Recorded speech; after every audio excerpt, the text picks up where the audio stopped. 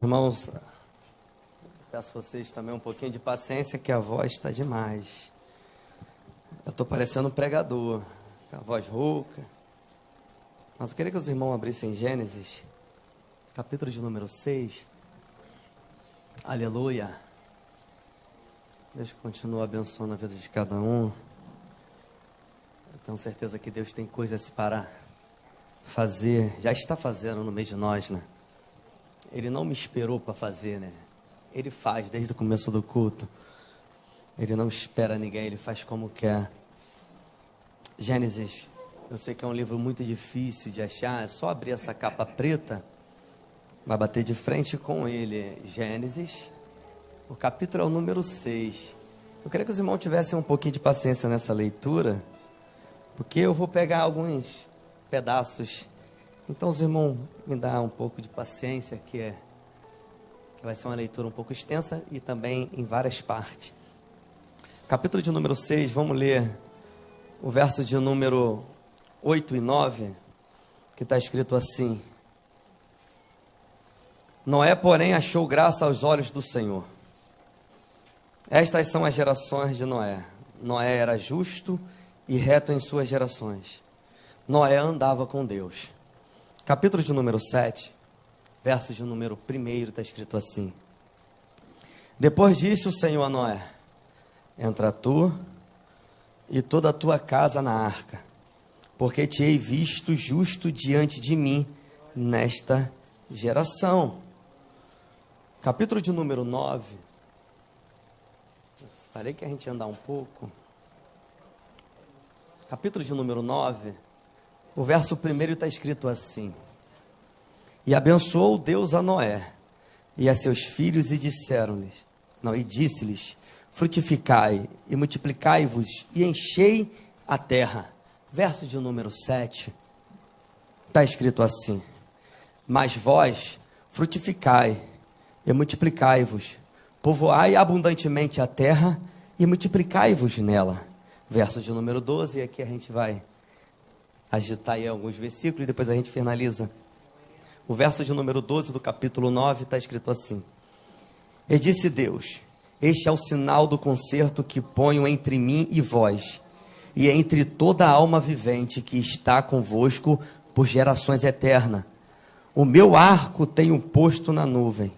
Este será por sinal do concerto entre mim e a terra. E acontecerá que quando eu trouxer a nuvem sobre a terra, aparecerá o arco nas nuvens. Então me lembrarei do meu concerto que está entre mim e vós, e ainda toda a alma vivente de toda a carne. E as águas não se tornarão mais em dilúvio para destruir toda a carne. E estará o arco nas nuvens, e eu verei, para me lembrar do concerto eterno entre Deus e todas as almas viventes de toda a carne que está sobre a terra. E disse Deus a Noé: Este é o sinal do concerto que tenho estabelecido entre mim e toda a carne que está sobre a terra. Os irmãos podem me acompanhar mais uma leitura? Capítulo de número 10, verso de número 1, está escrito assim: Estas, pois, são a geração dos filhos de Noé, Sem, Cã e Jafé. E nasceram-lhe filhos depois do dilúvio. Amém, meus irmãos? Ficam tranquilos agora? Meus irmãos, esse texto é um texto muito conhecido, né? Esse texto a gente, quando somos criancinhas, a gente vê, né? Os desenhos, botando uma arquinha cheia de girafinha, elefante para a cabeça lá de fora assim, né? Era mais ou menos isso aí. A gente vai falar um pouco sobre Noé, né? E toda a sua passagem, né? Nesse texto. A gente leu praticamente todos os capítulos que falam sobre Noé e o dilúvio, aquelas coisas todas. Meus irmãos, aqui no capítulo 6 já começa. Se você pegar o capítulo 6, você já percebe que Deus não está muito alegre com aquela geração. Deus está olhando para aquela geração e está literalmente não gostando nada do que está vendo. Deus está olhando para aquela geração e está condenando. A Bíblia fala que sobre uma ira tão forte no coração de Deus, ao ponto que Deus, a Bíblia vai falar que Ele vai falar um texto que tu não encontra em lugar nenhum da Bíblia. Deus se arrepende de ter feito o homem. Isso é muito sério. Quando Deus se arrepende de algo é porque aquilo não está do jeito que Ele quer. Já viu quando você compra algum produto, algum eletrônico, alguma coisa assim, e você não tem a utilidade que você pensava que tinha, ao ponto que você olha assim e fica meio decepcionado, porque tu gastou tempo, gastou dinheiro, e quando aquilo lá tu pensa que vai funcionar do jeito que tu quer, não funciona, aí você se decepciona, ao ponto que você se arrepende de ter comprado. Eu tenho certeza que aqui não acontece essas coisas, né? Mas já acontece comigo direto isso. Às vezes quando eu vejo aqueles produtos na internet, mó ilusão, né? Que isso? Um Apple? R$200? Vou comprar, e vem só a capa. Aí eu ia lá. Não vai nesses sites, vai. Então é mais ou menos assim. Deus estava arrependido de ter feito o homem. Deus está virado. Ao ponto que Deus planeja algo. O que é um planejamento? Muitos pensam que Deus só planeja coisinha boa para te exaltar, mas existe uns pensamentos de Deus que muitas das vezes coloca juízo e justiça. E lembrando que Deus é o amor que muito transmite, né? Mas também Ele é justiça. E quando fala de justiça, muitas das vezes a justiça dele não se adequa... estou na palavra errada. Não é adequado com os nossos pensamentos. Muitas das vezes nós queremos uma justiça de certa forma e Deus faz de outra maneira. E do jeito que Deus faz, muitas das vezes magoa o nosso coração. Mas não é que estamos magoados com Deus, porque Deus não está nem aí. Deus está falando, eu fiz justiça. A gente que não aceitou a justiça dele. Então Deus planejou algo para aquela geração e o planejamento não foi bom. Deus deseja destruir tudo. Mas a Bíblia fala que no meio daquela geração surge um homem diferente, que entra aí o capítulo de número 6, o verso de 8 e 9 que nós lemos. Surge um homem diferente, esse homem se chama quem? Noé. A Bíblia vai falar que esse homem é diferente porque ele vai dar detalhe porque ele era diferente. Era diferente porque ele era justo e reto. E é interessante quando eu faço essa conjunção em uma pessoa justo e reto, o texto termina falando assim, Noé andava com Deus. Aleluia. Mostra claramente, porque eu vejo muito desejo de muitos jovens, e quando muitas vezes eu vejo aí, Deus, eu quero andar contigo, eu quero andar contigo. É só ser justo e reto. Porque ser justo e reto é uma conjunção, é uma unidade que faz você andar com Deus. Tem pessoas que estão fazendo coisas absurdas para poder se encontrar, para tentar escutar Deus, eu sei lá o que Ele quer. Faz tantas coisas, não, é só ser justo e reto. Essa conjunção dentro de você vai fazer você andar com Deus. É fácil? Não é. Porque Noé está no meio de uma geração muito complicada.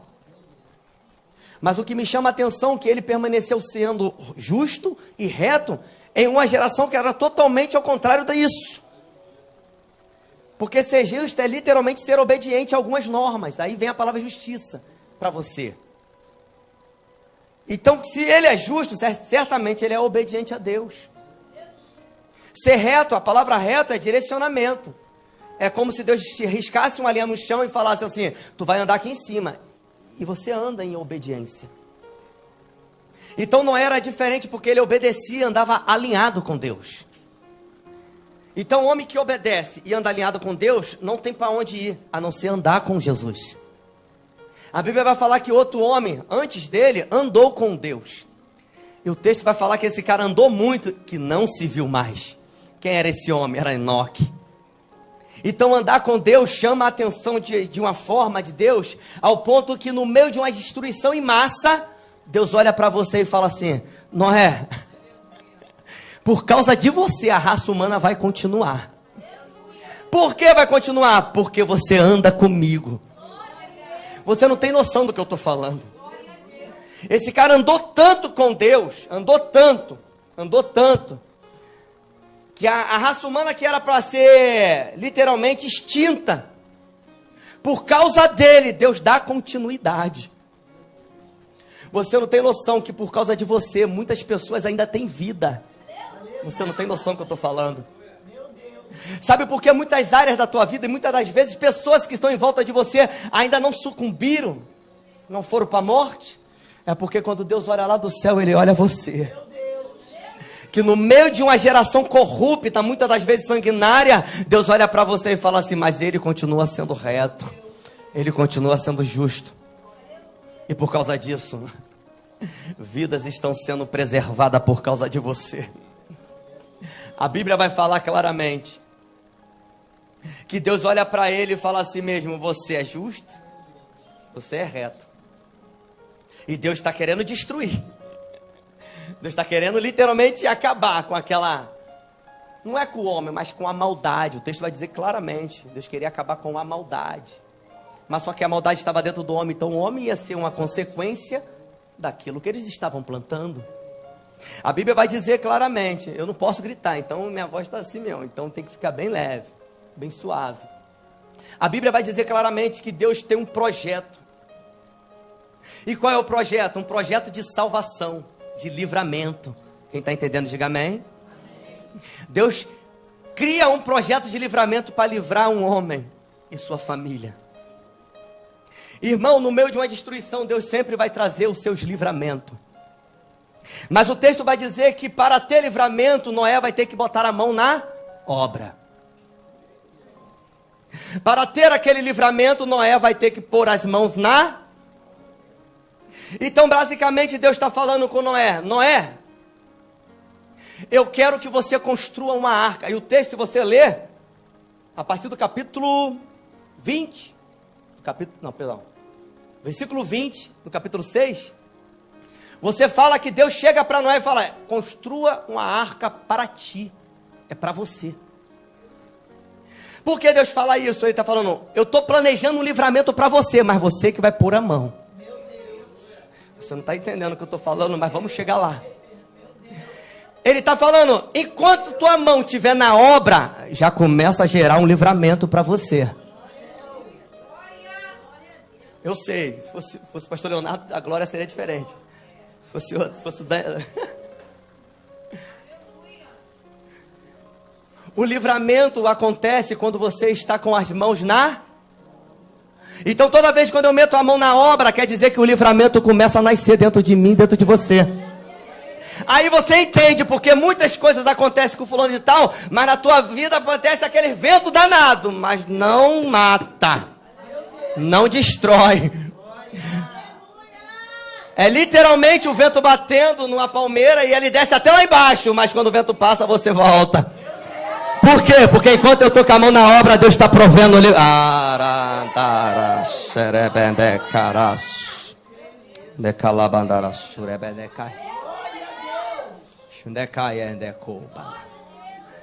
É estranho que o livramento continua no meio de nós.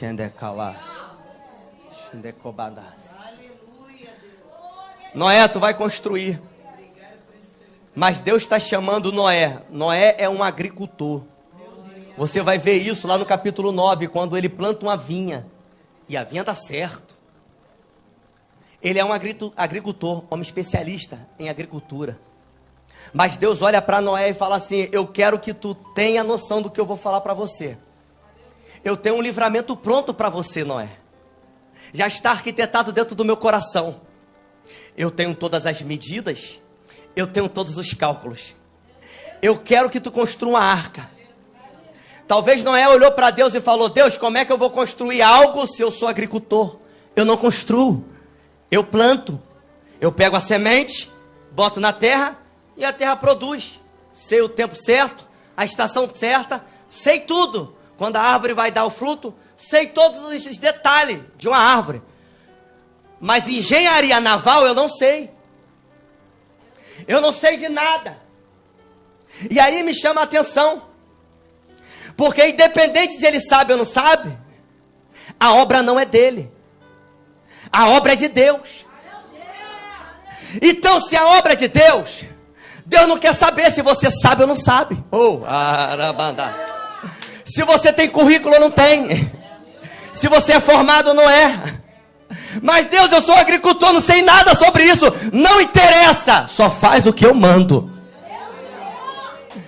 Perceba que nos capítulos, nos versículos do capítulo 6, a partir do verso 20, Deus começa a falar cálculos, medidas. Deus começa a detalhar. Por quê? Porque Noé não sabe. Então quando eu não sei, A honra vai para aquele que me ensina. Ah, você está entendendo não, meu irmão? Sabe por que Deus escolhe Noé? Não é porque ele é capaz, mas é porque ele é obediente. Quando a pessoa é obediente, ele não sabe fazer, mas Deus está mandando.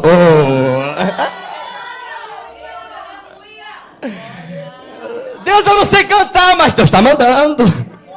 Eu não sei pregar, mas Deus está mandando. Eu não sei dirigir, mas Deus está mandando. É Deus. Talvez você olhe para a sua capacidade e Deus está falando assim mesmo. Eu vou fazer coisas que é totalmente contrário à sua capacidade. Por quê? Por que Deus faz isso? Por que Deus chamou um agricultor para construir uma arca? E literalmente daquele porte, aquilo ali só engenheiro. É por quê? Porque quando olharem para a arca pronta, vai falar, quem construiu? Foi Noé. Mas esse cara é agricultor, como é que ele fez? Ele falou, ele só pôs a mão. Mas as medidas, os detalhes foi dado por Deus. Quando você não sabe fazer algo e alguém te ensina a fazer, e você consegue fazer, você em seu coração sabe muito bem que você só fez aquilo porque alguém me ensinou. Então a honra vai para quem? Vai para você ou para quem te ensinou? Então foi exatamente isso que aconteceu com Noé. Noé está botando a mão, mas ele sabe, não sou eu, é ele. Deus está mandando eu falar, não sou eu, é ele. Deus está instruindo pessoas aqui no meio de nós para pôr a mão na obra, mas só que muitas das vezes recua. Mas enquanto ele está botando a mão na obra, lembra? Está trazendo um livramento para sua casa. Perceba que é o livramento acontecendo na vida de Noé. Aquilo que ele está fazendo para livrar a sua casa. A Bíblia vai dizer que Noé começa a construir. E o texto vai dizer que Deus começa a dar as medidas. Começa a mostrar a direção. Está entendendo porque a obediência gera livramento na sua vida? Porque muitas das vezes a gente escuta Deus falar, faz assim, a gente não. A gente parece que no meio do caminho parece que fica inteligente, né? Talvez Noé começou a olhar a estrutura pronta. Faltava só alguns detalhes. Ele falou, Deus, agora deixa comigo. Não. Noé permaneceu ouvindo a Deus. Põe uma janela. Poxa, Deus, o tamanho tem que ser várias. Eu quero uma. Por quê? Porque a casa é minha. Deus, dá para botar duas portas, uma do lado, outra da outra. Só vai botar uma. Mas cadê a fechadura? Vai ser por fora. Quem vai fechar? Vai ser eu. Por quê? A casa é minha. Quem tem a chave sou eu. A obra é minha. A gente põe até a mão para fazer algumas coisas, mas tudo que nós fazemos, a capacidade que vem não é nossa. É Ele. Sempre será Ele. Sempre será Deus. A palavra do Senhor vai dizer, e assim, aqui que eu fico meio enlouquecido. Porque aí entra o capítulo 7, aí vem o dilúvio, acontece aquela coisa toda. Perdão, antes do dilúvio. Ele constrói tudo, aí entra o capítulo 7. No capítulo 7, parece que eu vejo, é minha imaginação. Está tudo pronto. A arca está pronta, está tudo pronto. Parece que ele está limpando o chão assim, não é? E está chegando para os filhos, sai para fora, sai para fora. E ele chega na porta, todo mundo lá de fora. Limpa os últimos degraus. E agora ele está do lado de fora. Veio o capítulo 7 só? Ele está do lado de fora. Aí o texto vai dizer assim mesmo, depois. Esse depois o quê? Depois da construção. Depois que ele construiu. Olha o que acontece. Disse o Senhor a Noé, entra tu e toda a sua família na arca. Pensa comigo. A arca foi uma promessa de Deus para trazer livramento para Noé e sua família. Então ele está construindo ciente que aquilo é para ele. Mas o texto vai dizer que agora ele está do lado de fora. Falando, eu só entro se Deus confirmar. Eu só entro nessa arca se Deus confirmar. Eu creio que um dos filhos dele deve ter chegado em cima dele e Deus, Noé, não sei se deve ser o tempo. Porque alguns estudiosos vão dizer que demoraram 120 anos para construir, né? Deve ter sido o tempo. O tempo deve ter mexido com a mente de meu pai Noé. Ele, pai, essa arca é pra gente. Mas sendo que Noé é justo. Noé sabe muito bem que uma coisa é uma promessa. Outra coisa é Deus confirmar a promessa. Perceba que quando eu vejo isso, eu vou logo para Elias e Eliseu. Porque a palavra do Senhor vai dizer que quando eles atravessaram o rio Jordão, Elias estava com a capa, Eliseu estava como um suplente, aquele que seria o sucessor de Elias. Mas sendo que Elias estava ali, mas sendo que Eliseu sabia que se Elias fosse, ele que seria o dono da capa, era ele que teria a honra de receber a capa de Elias, a famosa capa, a unção. Então ele sabia que seria o sucessor de Elias. Mas a Bíblia vai falar que quando eles atravessam o Rio Jordão, para quem não sabe, eles não molhavam o pé, né? Para vocês ler lá. Elias, quando estava com a capa, ele só chegava na beirada e o Rio Jordão se abria. E isso era normal para ele, ver o Rio Jordão se abrir. A Bíblia fala que quando ele atravessou para o outro lado, a Bíblia fala que vem uns carros de fogo, pega Elias e leva Elias. Eliseu começa a clamar, meu Deus, carro de fogo, o que está acontecendo? Mas quando ele clamava, a capa desce. A capa desce, a unção desce e cai no chão. A Bíblia vai dizer que ele pega aquela capa. Perceba que antes eu falei que ele sabia que seria o sucessor. Ele é aquele que ia entrar no lugar de Elias. Agora Elias não estava. A capa de Elias estava ali. Todos iam reconhecer a unção de Elias sobre a vida de Eliseu. Mas só que quando ele pega a capa e não bota, ele segura na mão. Por quê? Porque ele sabe que tem até uma promessa, mas ele precisa que Deus confirme. E aonde vem a confirmação? Quando ele chega no Rio Jordão, ele fala, Deus de Elias, confirma a chamada na minha vida. Ele bate com a capa na água. Quando ele bate com a capa na água, o Rio Jordão se abre. E Deus falando, passa porque eu já confirmei o teu ministério. Talvez você tenha uma promessa, mas a falha nossa é pensar que por causa da promessa pensamos que podemos fazer qualquer coisa. Mas sendo que Noé sabia muito bem, eu tenho uma promessa de estar nesta arca, mas eu só entro nela quando o Senhor confirmar. Então Deus se levanta e fala, entra você e tua família, porque hoje eu confirmo a tua entrada neste negócio. Deus está confirmando algo aí. Deus está confirmando. Deus é negócio de Deus. Deus está confirmando. Tu não entrou aqui pedindo uma confirmação e Deus está falando, pode entrar que eu autorizo você a entrar dentro da arca.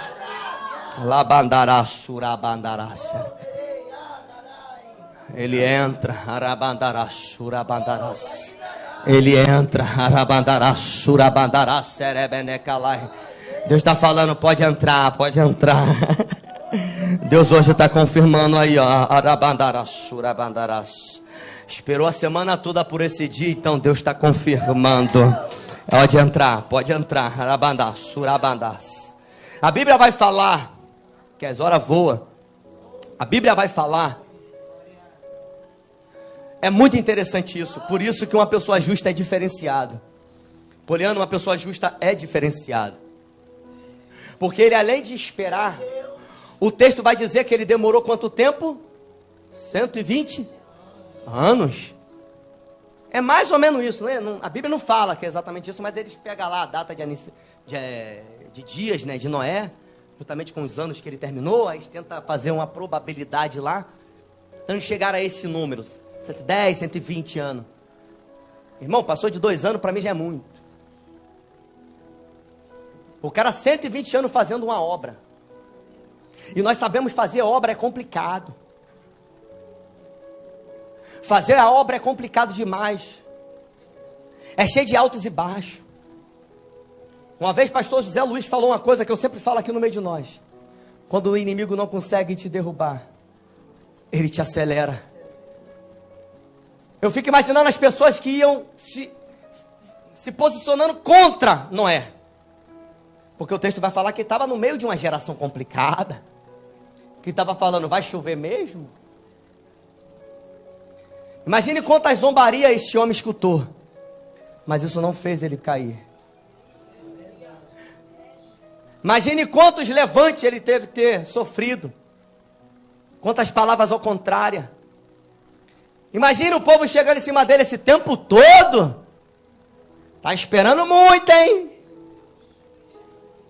Quantos aqui tem promessas? E essa promessa tem quanto tempo? Não já virou piada para alguns? Noé estava lá no processo. Virou piada. Já virou piada. Será que esse tempo todo esse cara está maluco? Está construindo algo que não vai dar certo. Mas só que ele estava lá com a mão na... O texto vai dizer que antes de ele construir a arca, a Bíblia vai falar que ele era homem justo. E a Bíblia vai falar que agora, quando ele termina a arca, ele pede confirmação e Deus fala, entra você e tua família. Confirmou, certo? Mas ele vai entrar não é por causa daquilo que ele construiu. O texto vai dizer no capítulo 7, verso 1, vai dizer claramente que ele entrou, não é porque ele fez a arca, ele entra porque ele continuava sendo justo. Meu Deus! O cara ficou 120 anos construindo algo, metendo a mão na obra, sofrendo os ataques. Mas ele entra, não é por causa disso, ele entra porque ele permaneceu justo. O que me chama a atenção aqui, sabe o que é? É que ele era justo antes mesmo de construir a arca. O tempo passa, depois da arca, 120 anos depois, ele permanecia o mesmo. A obra muitas das vezes acelera também. Eu falei as coisas negativas, mas ela acelera. Já viu quando você está na obra e as pessoas batem nos teus ombros e falam, tu é o melhor. Tu é muito bom, não é? Se não fosse você, essas coisas não estariam pronto, não é? Querendo desviar o foco, mas só que ele permanecia justo. Sabe qual é o segredo de entrar na arca? É permanecer. Está entendendo porque lá em Mateus capítulo 25 vai dizer que muitos ficarão de fora? Por que ficaram de fora? Porque fez obra. Lembra? O texto vai dizer. Mas eu profetizei, obra. Mas eu clamei a ti, obra. Mas eu preguei, obra. E o que Jesus vai falar para ele? Apartai de mim, maldito, que eu não te conheço. Por que Jesus vai fazer isso com ele, se o cara fez tudo na obra? É por quê? Porque no meio da obra, ele decaiu na fé. Perdeu o senso de justiça. Perdeu a retidão do caminho. A pior desgraça é pessoas que pregam pensando que é justo ainda. A pior desgraça é pensar que o cabelo ainda está grande, Sansão. E Sansão não sabia que o Espírito já não estava mais sobre ele. Pensava que tinha, mas não tem. Por quê? Porque no meio da obra foi perdendo. O que me chama a atenção de Noé, sabe o que é? O tempo passou, a adversidade veio, mas ele permaneceu fiel a Deus. Eu sei que as situações vão acontecer na tua vida, mas permaneça fiel a Deus. Permaneça fiel, permaneça justo, permaneça obediente. Porque a obra nem sempre vai ser glamour. Ela vai ser espinhosa. Vai ser momentos que você vai passar, que muitas das vezes você queria até abandonar tudo. Você preferia que passasse esse chamado para outro. Mas Deus está falando, permaneça justo, que no final tu vai entrar. A promessa vai chegar na tua vida, quantos acreditam? O texto vai dizer, já é 9 horas, já vou encerrar aqui, mano. A Bíblia vai dizer que vem o dilúvio. Nós sabemos que o dilúvio veio e acabou com a raça humana. No capítulo 8, se você detalhar lá e ler, você vai falar assim mesmo. E Deus olhava do céu e só via Noé e sua família. Fala assim mesmo. Só via Noé e sua família, acabou com tudo. Tudo que respirava se acabou, morreu. A Bíblia vai falar que aí entra no capítulo 9, que no final do capítulo 8, o capítulo 9, a Bíblia vai falar que Deus agora abaixa as águas. E a Bíblia vai falar que agora a arca fica no monte chamado Ararat. Que tem um grande mistério aqui, mas não vai dar para falar hoje. Porque o monte Ararat é um lugar de madeira onde foi feita a cruz do Senhor, mas fica entre nós. A palavra do Senhor vai dizer que eles saem, Deus fala para eles sair da arca, eles saem. E agora o livramento aconteceu. Porque agora eles estão em terra firme. Deus livrou eles do dilúvio, não foi? A promessa não se cumpriu? Mas o texto vai dizer que no capítulo 9 Deus chama eles e fala assim: agora está na hora de crescer. Está na hora de multiplicar. Está na hora de frutificar. Eu quero que vocês cresçam. Mas o texto vai dizer claramente que no capítulo 1 Deus fala isso. No capítulo 1 não, no verso 1 do capítulo 9 Deus fala isso: crescer e multiplicai. Cresça, frutifica. Mas sendo que lá no versículo 7 Deus repete, falando: multiplique, dominai a terra. E eu estava começando a analisar isso. Quando Deus fala a primeira vez com ele para crescer e multiplicar, ele não cresce, ele não multiplica. Quando Deus repete a segunda vez, quer dizer que aquilo que ele falou pela primeira vez não foi obedecido. E a gente está falando de Noé, homem justo, que obedece. Obedeceu na construção da arca, por que ele não pode só obedecer em crescer? Então Deus estranha, o que está acontecendo?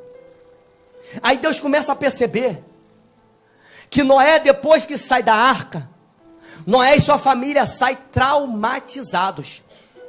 Traumatizados por quê? Porque o dilúvio trouxe traumas. Traumas. Porque quando eles estavam dentro da arca, certamente tinha pessoas do lado de fora batendo e falando: deixa eu entrar. Certamente amigos de infância falando: Noé, eu te conheço desde pequeno, cara. Certamente crianças estavam no meio daquela situação.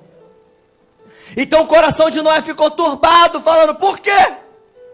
Por que não pode entrar? E Deus está falando: nada. Deus selou a porta e fala: não é do teu jeito, na minha casa só entra quem eu quero. Aquilo criou um trauma em Noé e sua família. Ao ponto que agora no capítulo 9, verso 1, Deus fala para ele: cresça, mas ele não cresce. Por quê? Porque o trauma traz medo. E o medo é um dos principais bloqueios para o crescimento. E eu vim aqui na noite desse dia literalmente para falar: hoje Deus vai quebrar o medo da tua vida. Porque pensa bem, Deus está dando um livramento. Deus deu um livramento para a família. Mas o processo que foi o dilúvio do livramento trouxe traumas. Tem pessoas no meio de nós que obteram vitórias, mas não está conseguindo usufruir dessa vitória. Por quê? Porque o processo foi doloroso. E essa dor trouxe traumas. E esses traumas estão trazendo medo. Agora Noé não está crescendo. Noé está olhando e está falando: não tem como. Porque um Deus antes que eu tinha temor, agora eu tenho medo dele. Porque qualquer nuvem que aparece no céu, eu saio correndo, eu fujo, com medo de um outro dilúvio. Na mente de Noé estava assim mesmo: como é que eu vou crescer? Como é que eu vou fazer minhas criancinhas aqui? Como é que eu vou ter outros filhos? Se a qualquer momento esse Deus vai mandar uma nuvem no céu, vai chover, e aí vai matar todo mundo? Não! Então, o trauma, o medo, faz a gente ficar aprisionado. Faz a gente não entender que existe processo que causa até marcas. Mas depois do processo sempre tem vitória. E a vitória hoje o Senhor está declarando para mim e para você. Você já venceu. Sabe por que você não consegue pegar essa vitória? Porque você está traumatizado pelo passado. Você está com medo de crescer. E Deus me trouxe na noite desse dia para falar: hoje é noite de quebrar os medos que impedem de você crescer, tanto na obra como na tua vida.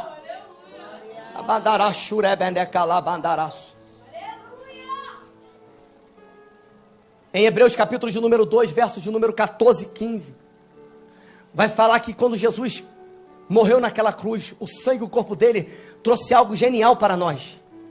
E estamos numa noite de ceia, né? Encaixar isso.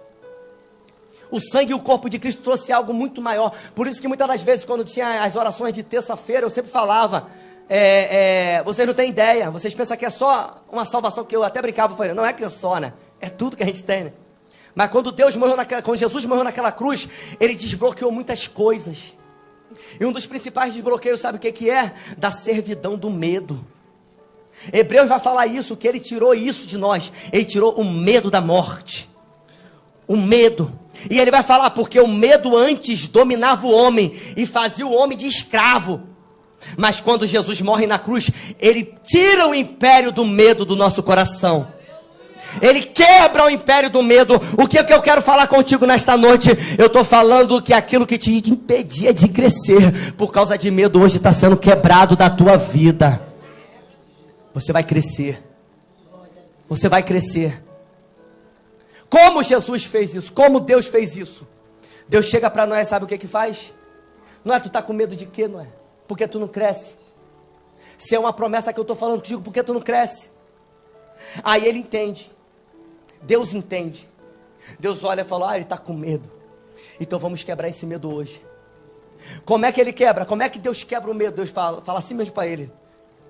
Versículo de número 8 do capítulo 9, vai falar assim mesmo para ele. Faço eu um pacto contigo. Faço eu uma aliança contigo. Toda vez que você vê a nuvem no céu, e isso te atormentar, e isso quer te aprisionar, faço eu uma aliança contigo. Quando você vê, vai até molhar, mas não vai destruir com o dilúvio. E por sinal desse concerto que eu faço contigo hoje, eu ponho um arco no céu. Toda vez que você olhar o arco, e toda vez quando eu estiver no céu e olhar aquele arco, eu me lembrarei do concerto que eu fiz contigo na noite desse dia. E quando você vê esse sinal, o medo não vai te atormentar. Por quê? Porque a partir de agora entra o capítulo 10 que nós lemos, e começou a crescer a geração de Noé, gerando filhos depois do dilúvio, porque o crescimento veio depois de uma aliança. E hoje o Senhor está falando, eu faço uma aliança contigo. Deus está quebrando o medo da tua vida. Quantos entendem isso? Vamos ficar de pé.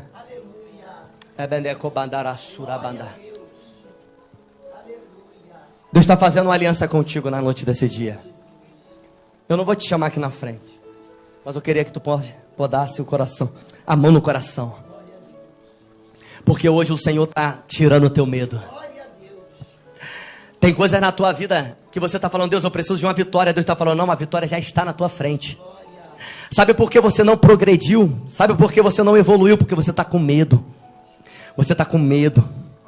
E o medo está te travando. Hoje o Senhor está quebrando o medo da tua vida. Como Ele está fazendo isso? Ele está fazendo uma aliança contigo. E esta aliança vai ser confirmada com um sinal. Você vai ver esse sinal nessa semana. Deus vai fazer um sinal acontecer e você vai ver. Porque Deus, quando faz um pacto, Ele sempre vai vir movido com sinais. Deus está literalmente falando, o medo vai cair da tua vida.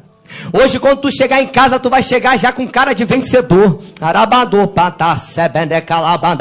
Você vai pegar de volta aquilo que o inimigo tentou aprisionar. A vitória que já estava sobre as suas mãos, que já estava pronto, porque tu passou pelo processo e você já venceu essa batalha, mas você nunca pegou, você nunca usufruiu por causa do medo. Mas hoje o Senhor está quebrando o medo da tua vida. E hoje você vai usufruir daquilo que o Senhor prometeu na tua vida. Você entende isso? Começa a glorificar o nome do Senhor. Apresenta ao Senhor aonde está esse obstáculo, aonde está na tua vida. Apresente ao Senhor, fala com Ele. Deus, eu preciso que isso saia do meu coração. Eu preciso usufruir daquilo que o Senhor já tem me dado. Toda a vitória já está pronta na tua vida. Hoje o Senhor começa a examinar o teu coração. Arabandara xeremene calabandara surabandara seia amanoca bandara surabandara sumbandara bandara su amanoca Deus está, meu Deus, Deus está tirando medo. Olha aí, medo que estava tentando turbar a tua mente, tentando criar suicídio na tua mente, querendo criar situações de morte. Mas hoje o Senhor está arrancando. Na cruz do Calvário foi arrancado, selado, a aliança foi feita. Hoje Deus livra você deste medo.